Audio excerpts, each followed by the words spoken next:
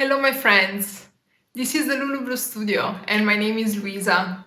In this video we are going to paint together a wild garden of loose style flowers, everything in watercolor. I really hope you will enjoy it.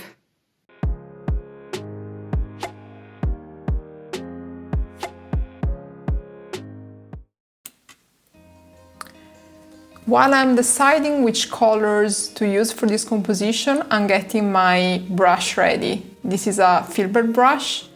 I take a little bit of yellow ochre and orange, Winsor orange, and I create a light mixture on my color palette. I then start to create some petals of the main flower that is going to be in the center of the paper.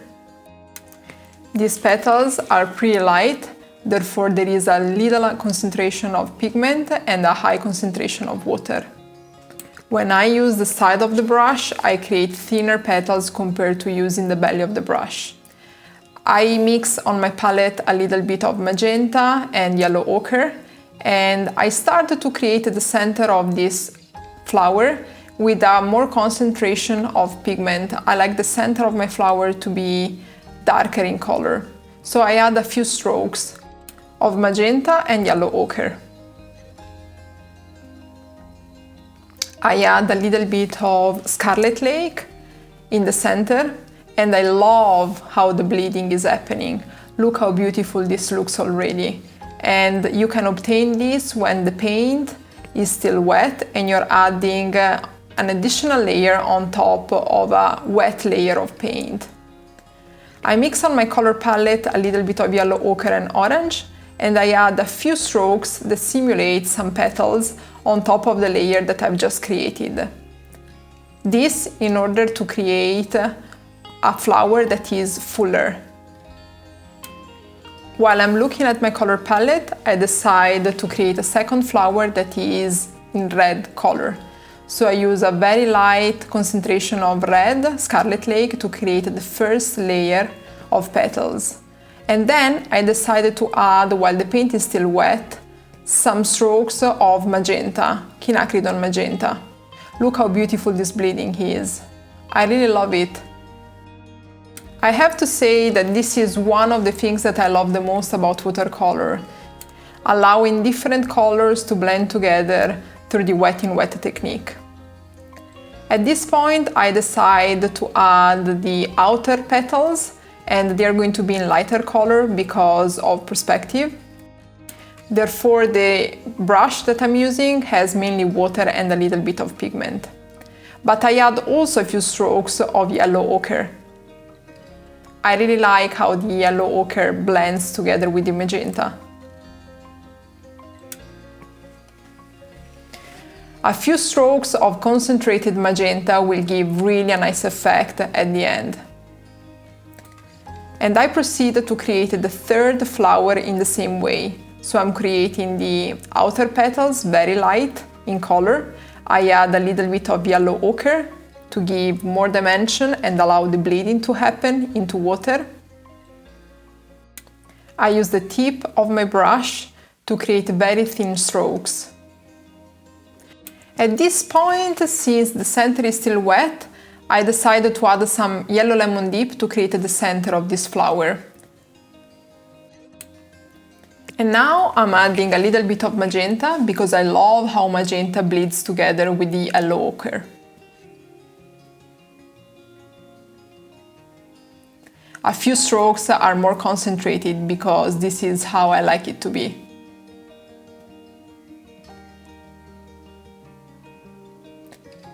For the next flower, I twist into a more yellow and orange shade, and I use the mixture that I already have on the color palette of yellow ochre and a little bit of magenta.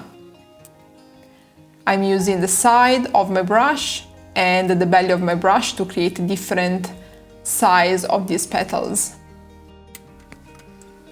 I'm allowing the yellow ochre, and I'm adding also a little bit of magenta in order to have a more concentrated center of this flower and allow this beautiful bleeding.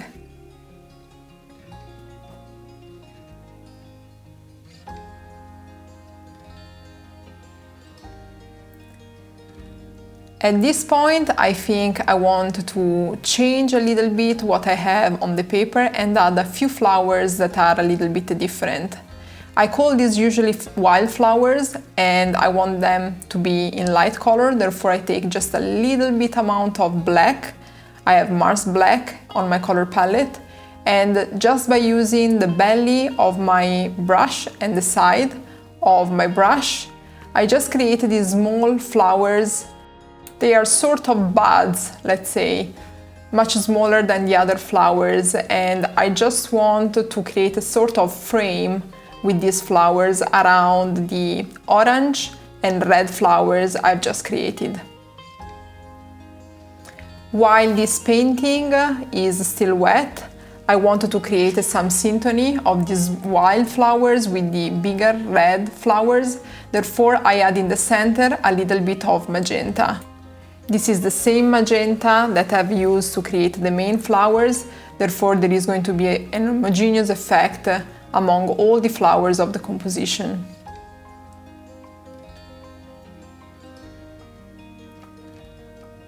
Taking my filbert brush, I go back to the page and I notice that there is a corner, the lower corner in the right side, that is pretty empty. Therefore I decide to add, even in this area, a little bit of white flowers, these white buds that are created with simple strokes with this filbert brush. And in the same way, I take a thinner brush, around 6, and I allow this magenta to bleed into the center part of the white flowers, because I love how the magenta bleeds into this very light paint. At this point, I think I am ready to add a few stems and leaves, everything in loose style. I take a little bit of green earth and sub-green and I mix them in my color palette. And then with this mop brush, I started to create first the stems of the flowers I see, and then I will add a few leaves. I love using this mop brush for leaves and stems because I have the feeling it gives me really the freedom to be very loose in my style.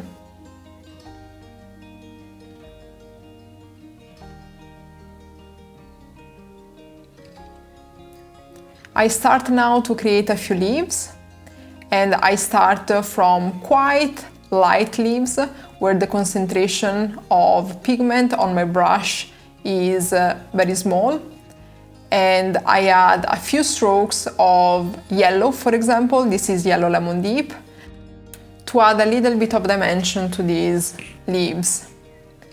I always like to start from the first layer of leaves as very light leaves, and I love to mix the green, usually sub-green or earth green, with the colors that I've used for the main flowers. I then add darker strokes with a more concentrated sub-green or a mixture of green and darker colors, for example like blue and magenta. In this case, I am still creating the first layer of leaves, and I still like to mix, for example, the green with yellow ochre.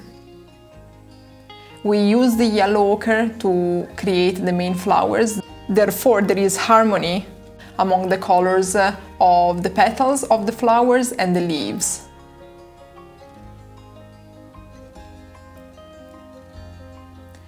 Always try to change the color values, so the amount of pigment that you have on the brush, and change the colors of the leaves in order to create a composition that is more dynamic.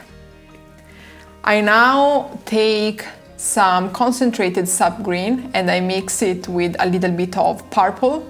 I love how violet and green create this dark green, and I started to create a second layer of leaves by using the belly of my brush.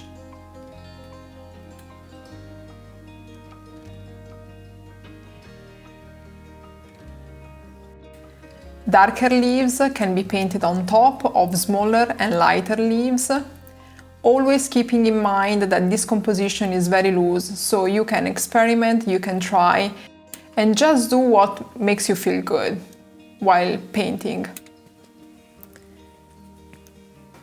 With this mop brush, the leaves are really loose.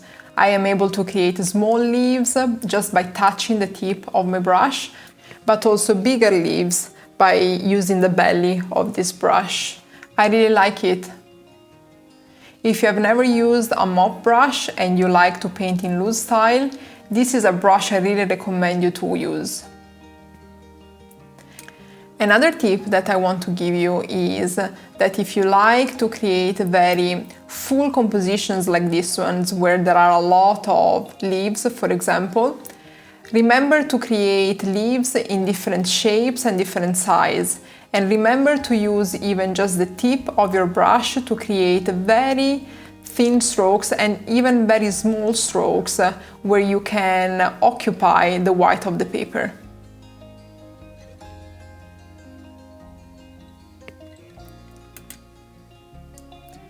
One way that I love to create a darker green is to mix the sub-green with the blue.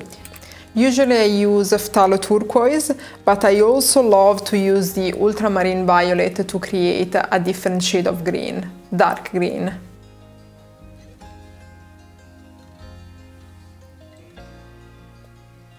Just touching the paper with the point of the brush will allow me to create these thin and small leaves that will create a very full composition. I love how adding these small strokes on top of lighter leaves will give the impression of this composition to be very, very full.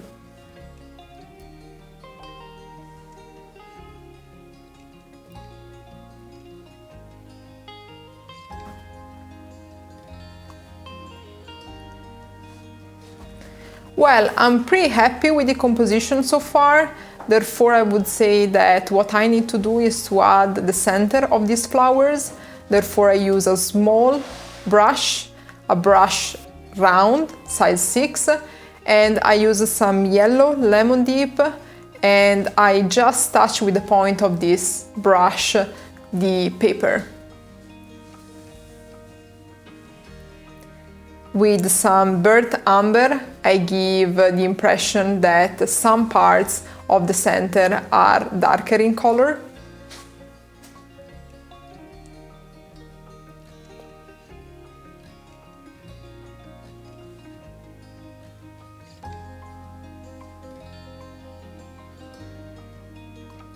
And for the main flower in the center, I've decided to create a disc in black, just to give a different effect compared to all the other flowers.